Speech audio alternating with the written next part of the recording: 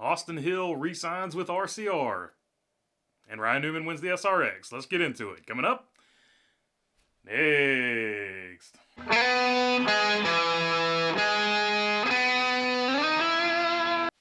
What's going on, everybody? Hope you're doing good today. All right, in a move that not a lot of people saw coming, Austin Hill re-signs with RCR to race in the Xfinity Series, at least for 2024. It is a multi-year deal, but let's get into the article and then I'll break it down.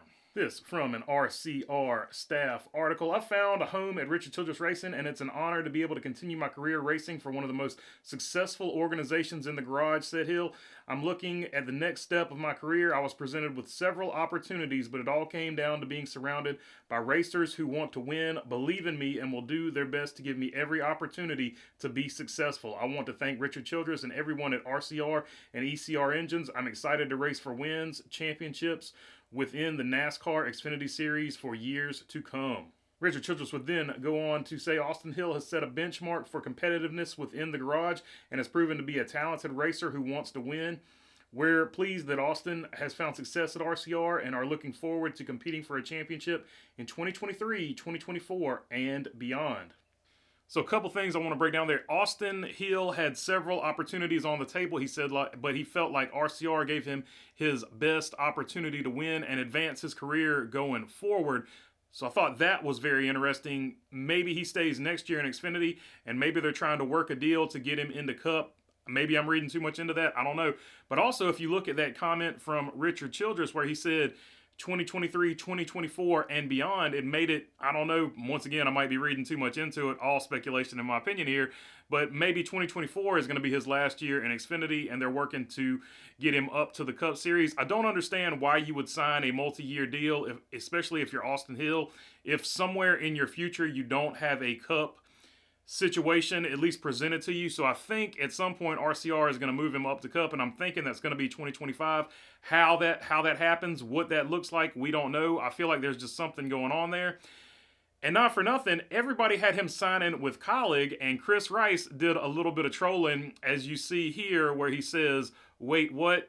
Obviously doing some trolling on Twitter, so I don't know if everybody's saying that Austin Hill, and by everybody, I mean everything I read said Austin Hill was going to the 31 car. You even saw when he won the race the other day that all the Kaulig guys went out there and congratulated him for winning the race, which further fueled that speculation. I thought he was going to the 31 too, but it brings into question who is going to go in that 31 car. And obviously it got, I guess, at least a little bit annoying to Chris Rice if he felt like he had to troll some people on Twitter. I would imagine, I don't know. So very interesting. Going to be really interesting to see who goes in that 31. We know as far if you wanted to keep it in the Chevrolet family, you've got Noah Gragson there. If he can get reinstated by NASCAR, he would be one option for sure. And as far as if you're looking at pure performance, I think he would probably be your best bet as far as keeping it within the Chevrolet camp. But do you want to take on, if they feel like the extra baggage is worth it or whatever? I don't know. You also would have to look at Sam Mayer, somebody in the, or Justin Allgaier. Just look at somebody in the, I guess, Xfinity Series as far as keeping in the Chevrolet pipeline.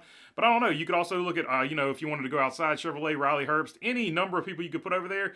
But it's just really interesting. Let me know down below who you think they might put in that 31, because it just became wide open. So it's going to be really interesting to see what happens over there at Kaulig, and also what happens over there at RCR with Austin Hill, because I feel like he's moving up, and I feel like both of those organizations have something going on. Also, the 31, they could do it like they did the 16 a few years ago, where they run multiple drivers in that 31. I could see that happening too. So it's just going to be really interesting to see what all happens. I don't know, Chandler Smith, Daniel Hemrick. I mean, there's anybody. I don't know. It's going to be interesting to see what happens over there. And last night at Lucas Oil Stadium, Jonathan Davenport got the win in the SRX series. But Ryan Newman clinched the championship. He is your 2023 SRX champion. So the Rocket Man still getting it done. We'll have to see. He's made some cup starts for Rick Ware Racing.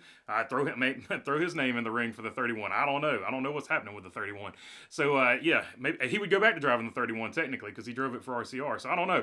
But yeah, really cool for Ryan Newman to win the SRX. The SRX is a great series and really enjoyable. And shout out to Jonathan Davenport, Superman, getting the win on dirt. No surprise. Kind of brings the ringer element aspect back to the SRX, in my opinion. So, and in my opinion, the Ringer won. So, two wins for the Ringer, because I think Bubba Pollard did it one time at the fairgrounds, maybe. So, yeah, I don't know. All right, that's all I got for you on this one. If you made it this far, I would love your subscription. If you're already subscribed, I appreciate you all as well. If you got a question, comment, or anything like that, leave it down in the comments section. We got the merch store. The link is in the description down below. And other than that, thanks for your time. Have a good Friday. Peace.